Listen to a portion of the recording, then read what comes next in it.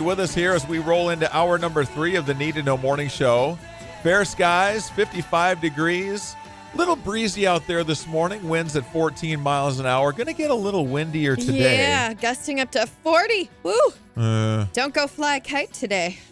Every day is a gust up to 40, isn't there, though? I don't know. Quite a bit. At least we got to sleep through the night without a storm system rolling through it. No trees falling on our homes. There we go. It's a great day to fly a kite, actually. Come on. We are pleased to have in studio today our good friends from Preference Employment Solutions. David Dietz, the big boss man over there, president and CEO, is here. And Tanya Cook, the Chief Operating Officer, is also here. We're doing a little job talk today. We do this every so often with our friends at Preference. David, great to have you back here. Good to see you, man. Well, thank you. Always great to be back. Enjoy visiting with you guys, and pleasure to be accompanied by Tanya Cook this morning, our COO. You know, I've worked with Tanya for about 12 years or more, and it's kind of like this. We all have our own pride at sometimes. Yes. You know, we have to manage that, right? Yes. You know, you wake up in the morning thinking you're an A player, Yeah. and then you go to work, and then you see people like Tanya and others on our team, and then Yeah. you go, wow, they're really smart. Yes. Maybe I'm the B player. Yeah, I'm raising my hand. That's every day here at the Flag. I know exactly what you're talking about. They say hire people that are better than you and get out of the way. There you go. Right? That's what we Yep. do. That's what we do, and that's what you do. So, Tanya, good to have you here. Thanks for joining us this morning.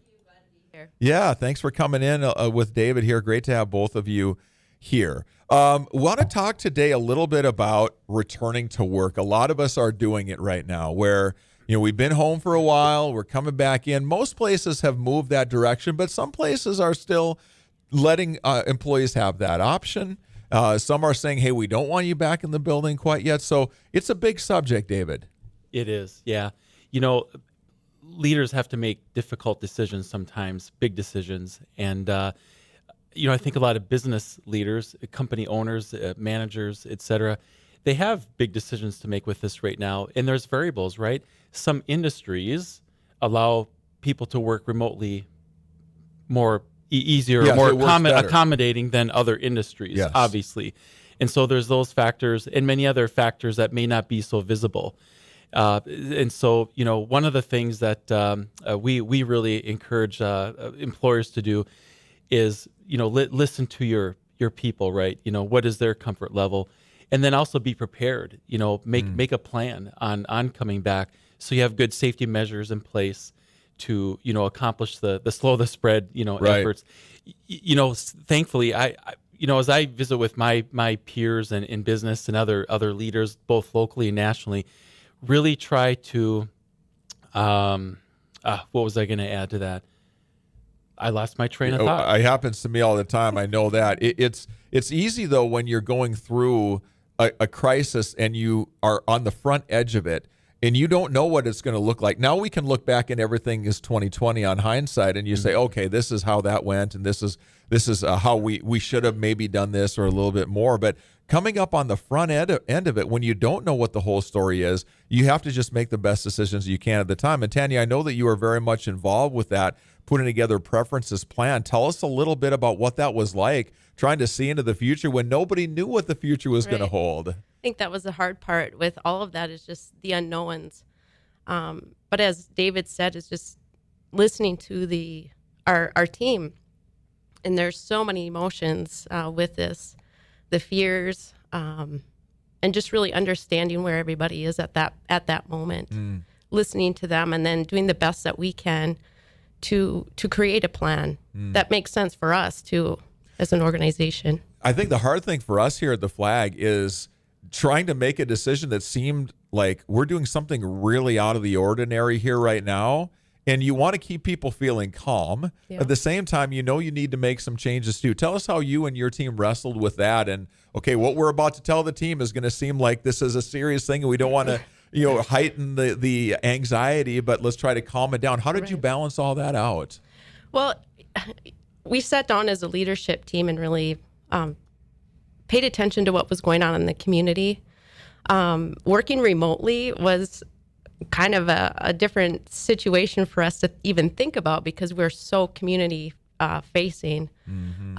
We just believe in face-to-face interviews, so having everybody work from home was a kind of a tough decision, but it turned out to be very good. Yeah. How did your team respond to that option that you put on the table for them? Oh, I think they responded well. We have a good team, and people are adaptable, right? And so people realize that, we just need to try to do this and make it work. And one of the things that we're really lucky with is the previous couple of years to COVID happening is we invested immensely in new technology. So we were already in the cloud. and if we hadn't done that, I think we would have had some more pains in accomplishing that. Yeah. Yes. That's a big thing when you can access what you need to get from kind of anywhere that you're at. That's a big deal. A staffing business is really a lot of it's a data business as well. You have databases of, people, right, to dispatch and put to work. And so we have that at our fingertips. Another thing that I think is really key to all this is just getting the facts, right? Yeah. It's crazy. You can watch some of the mainstream news and hear all those stories going on, and oh my God. Yeah. But we really encourage employers, business leaders that need to make these decisions on how to bring people back and all the things that go with that, to just get the facts. Yes. And some of the resources that Tanny has tapped into very successfully is the North Dakota Department of Health, the CDC, of course, and even the North Dakota Safety Council. She had put together a very extensive COVID-19 preparedness plan. Yeah. And so we did take this quite serious for a company our size. No doubt. Kidding. Just to make sure. And who knows? We may need to go remote again in the fall or winter if the virus has a second wave. Hopefully it won't. We've been really lucky, right, that it just didn't turn out to be as bad as many people thought. Yeah. I know last March I just thought, oh my gosh, I could die. A lot of people might not make it through this, and thankfully that just didn't happen that way. But we are prepared to work remotely again if need be. Tanya, what was the thing you were the most nervous about in putting a plan together? I think we're such a family at Preference, so just having that separation and the team cohesiveness, I was really concerned about that, and we probably did a little bit of overkill on Microsoft Teams and having to meet every morning and every afternoon, and then we learned quickly that we really don't need this. We trust our the people that work at Preference, and Yeah. Did you find yourself using certain meeting-based tools more like Zoom or Google Meet or Hangouts or Teams? What worked well for you when you had to get everybody together? Microsoft Teams. Teams was yours, okay. Teams was ours. It was very successful. We had some people even using that for their interviews with the candidates, or merging that for clients and candidates to have that face-to-face visual interaction. So that's so important when you're working with people. Yeah, very much so. And David, with your company, you're not only trying to figure this out for yourself, you're trying to figure it out for all the client companies that you're working with as well. So you're kind of figuring it out and talking to other people, learning from them, and I'm sure putting into play what you're learning from others as well. That's correct. Yeah, we've all had to just learn as we go, right? And accommodate our client customers. Some of our customers want our employees to work from home or work remotely. Others can't. If you're in manufacturing or construction or just a variety of other industries, that just can't happen. And so, respecting every environment's and every leadership team's decisions, and respecting the safety measures that they put in place. What are some of the things to keep in mind when inviting employees back to work? David, I'll start with you, and then Tanya, you can jump in. But what are some of the things you need to be keeping in mind when you say, okay, time to bring everybody back under the roof? It's individual. Some people are not at all concerned about this. There's some that are, and that needs to be respected. And so I think really having those one-on-ones with your employees, the people that you work with, and really understand, how they feel about it. And then, as best you can, accommodate their interests. And I say as best you can. There again, some companies, some industries, you can only go so far with that. And I don't own a restaurant or a dental business, but say if you own a dental business, that seems like a tough one. That comes to mind because I have a dentist appointment today at 4:00, okay. And I haven't been in the dentist in about a half a year, and so I'm kind of wondering, well, how's this going to go today?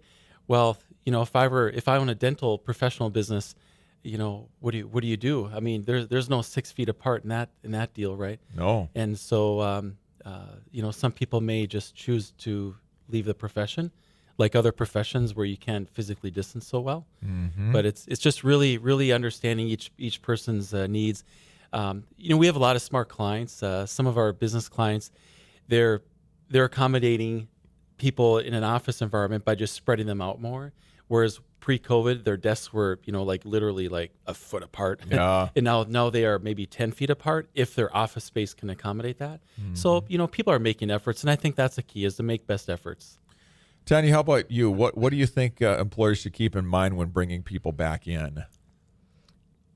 I think what really helped us was having a plan, and communicating that with the team, and letting them know that they're valued, and their safety and well-being is important to us, and that was the most important. I think you cannot communicate enough in these types of situations, and ask questions to individuals on how they're feeling throughout this process. But also putting in a plan together, you have to follow up. Is it working? Are there changes that need to be made? Yeah, because you never know what unfolds day to day. Right. Absolutely. David, what should we consider when employees tell you, I'm not so sure that I'm ready to come back to work? What kind of things you need to keep in mind for those conversations? Good question. That's a really good question, and another tough one, right? So if someone's not ready to come back to work, if you can accommodate them, there again, do so. Let them work remote if you can. If your customers can be served well and everything's running smooth enough, minimum expectations are being met, let them maybe not come back, maybe wait a while. And everyone has unique situations. We all know somebody that's a caretaker for elderly or other people in need, infants, things like that. That's real stuff. And, yes, if someone's in those shoes, you got to listen to that. Now, you learned a few lessons, I suppose, during the last recession back in 2009, working with higher unemployment. We keep seeing the unemployment numbers rise. It's leveling off a little bit now, but what impact might that have on searching for good employees? Well, there's a kind of a special date on my calendar. Maybe it's on other people's calendars too. It's called July 31st. Mm-hmm. We're living in kind of an artificial economy, in my opinion. As you take a look around, there's PPP funds, there's other SBA programs that are, safety nets for businesses of various sizes. There's also unemployment insurance benefits like we've never seen before. Yes. And so, yeah, it's all good intention, and there's a need for that, right? With what happened, we went from an 50-year plus low unemployment rate to the highest unemployment rate since the Great Depression or ever, in just a matter of a few weeks, right? And so, thankfully there's some temporary safety nets in place for that, but they are, according to Congress, they are temporary. And so, July 31st is, unless Congress changes that date, that's the date that the world might change some for both businesses that may be looking to hire, and also for employees. That would be one step forward to getting back to a natural economy, if that makes sense. Yeah. And so what will happen after July 31st will be interesting. I'm looking forward to that day, and as August and September calendar pages turn, to see how many people will be looking for work. Well, you said it. It's not just that, but it's the PPP money is going to run out right around that same time. So you're going to have a whole bunch of things hitting the fan all at the same time. Yes. So, there's still those uncertainties, it's great to hear, last week, the National Jobs Report, we added 1 million some jobs. Yes. That's great. Instead of losing 8 million or whatever they were expecting. Yeah. Come on, America, let's keep this going. We Yes. can do this. We can do this. And our country needs us to do this, right? So we'll see what happens after July 31. We're visiting with David Dietz and Tanya Cook from Preference Employment Solutions. Job Talk here on the Need to Know Morning Show. Short break for us. When we come back, a weather check, and we'll continue the conversation about how you can use a company like Preference to help you when unemployment is high. That's next on the Need to Know Morning Show.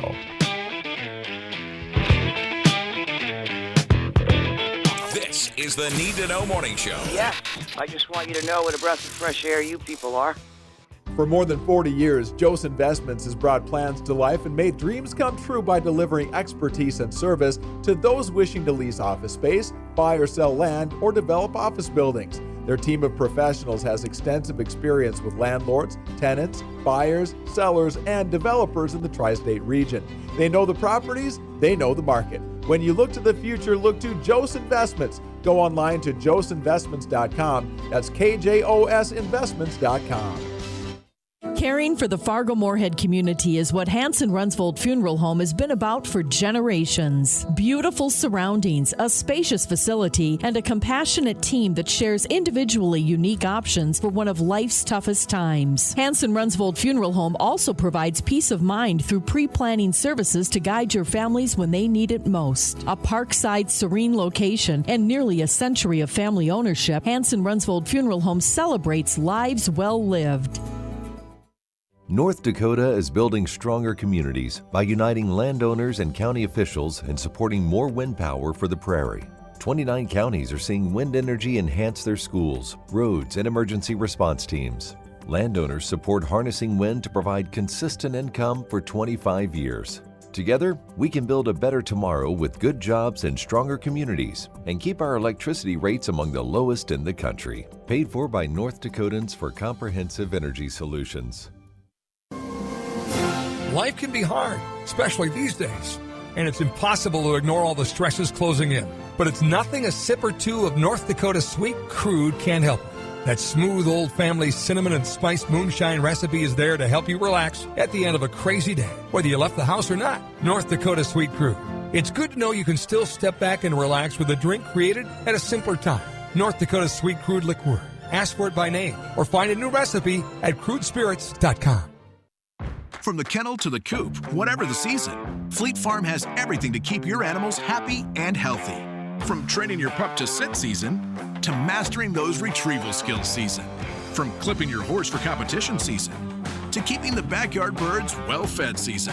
And of course, loving your pets like family season. There's a reason people say, if Fleet Farm doesn't have it, you don't need it. Because we have it all.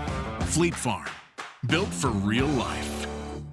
Your brain's an amazing and capable part of your body, but sometimes it could use some help. Cereset is that help. Right here in Fargo, one of only 25 in the world. Cereset. Relax, rebalance, reset your brain. Whether you suffer from insomnia, low energy, dysregulated mood, difficulty coping with stress, or have a history of PTSD, addiction, post-concussion symptoms, Cereset enables your brain to fully relax and heal itself naturally. Cereset can help. Find out how. Call 701-566-5231. 8:24 on the Need to Know Morning Show, and here's your flag forecast.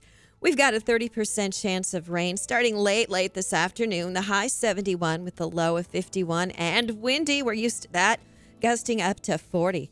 Tomorrow, a slight chance of rain in 76. Friday, sunny and 74. Right now, temps creeping up. We're at 58. It's 8:24. We're continuing our conversation with David Dietz and Tanya Cook from Preference Employment Solutions. David is the president and CEO. Tanya is the chief operating officer. David, for companies that don't typically use employment services, how can Preference help them right now with some of the uncertainty that they might be facing? Well, this recession that we've discovered ourselves in quite suddenly here this spring, reminds us at Preference back to the last recession, 08, 09, even lingering into 2010, some could argue. It took a while for the economy to come back out of the last recession, right? And we remember back in those days in the last recession where, a lot of businesses that we work with, for obvious reasons, they're really trying to watch their overhead, right? When a business has less revenue coming in, you can only support so much payroll compared to when you used to have more revenue coming in to justify that. And so what was really popular in the middle to the end of the last recession was companies calling us saying, something like, I normally have 40 employees in my company. I have 35 employees now. We had a little attrition. Maybe they had to lay off a few people in the recession. And they're like, gosh, we need to get some extra work done. Yeah. But I just don't. And I'm looking at my sales forecast, and I just don't know if I can confidently hire full-time people back yet. Yeah. They know they're going to get there, but in that interim period of time, they're a little unsure. And so a solution that many of our clients used us for in the last recession, Steve, was temporary staffing. Yep. Uncertain times. We have a little extra work to do, but we just don't know how long it's going to last. And I'm a small business owner. I hate to hire someone and then a few months later say, oh, you know what? I'm so sorry, but I have to lay you off. Because somebody's coming back or whatever the case might be. Or whatever. Or the revenue just isn't there to support the extra payroll, the extra FTEs. Yeah. And so, it's just shifting those fixed labor costs to variable labor costs. And so whether it's uncertain workloads or extra projects or extra skills that you need to just, crank the work out and get out the door with a lower FTE count than your business normally has in these recessionary times, that's where we can help out. And it's rewarding to do that. We're putting people on our payroll to work, and in most cases, we can help our client, run the math and do the numbers. We'll probably save them some money. Yeah. Tanya, you're more on the operations side than the sales side, but you, I'm sure, have a story about why you think Preference is uniquely positioned to help. What's your story about why you think Preference can help employers around town? I think just what David said. Coming out of this, it's just so much unknown, even for employers, as far as their headcount in their companies. So definitely from a temporary to contract standpoint, but then too, there could be after July 31st, people looking for employment. How our employer is going to manage the flood when they're ready to hire, the flood of applicants that they're getting, and we can really help with that too. Yes, good point there. David, I've heard staffing agencies are expensive, and we're all looking to keep our expenses in check right now. Any suggestions or advice on that? Oh, yeah, sure. We hear about that once in a while, and I always complain about how expensive everything is. I buy too. Yeah. Don't we all? Yeah. What we really appreciate is some of our really smart clients that have run the numbers. They kind of figure out what it costs them to hire employees. And, thankfully to us at Preference, most of the time it plays in our favor. They know what it costs to spend on recruitment advertising, which seems to go up every year. Yes, it does. Outpacing the rate of inflation, we think. The cost of, vetting employees properly, good interviews, good screening, background checks, pre-employment drug screens if your company does that. Yeah. What are the costs of going through resumes, vetting through the best employees.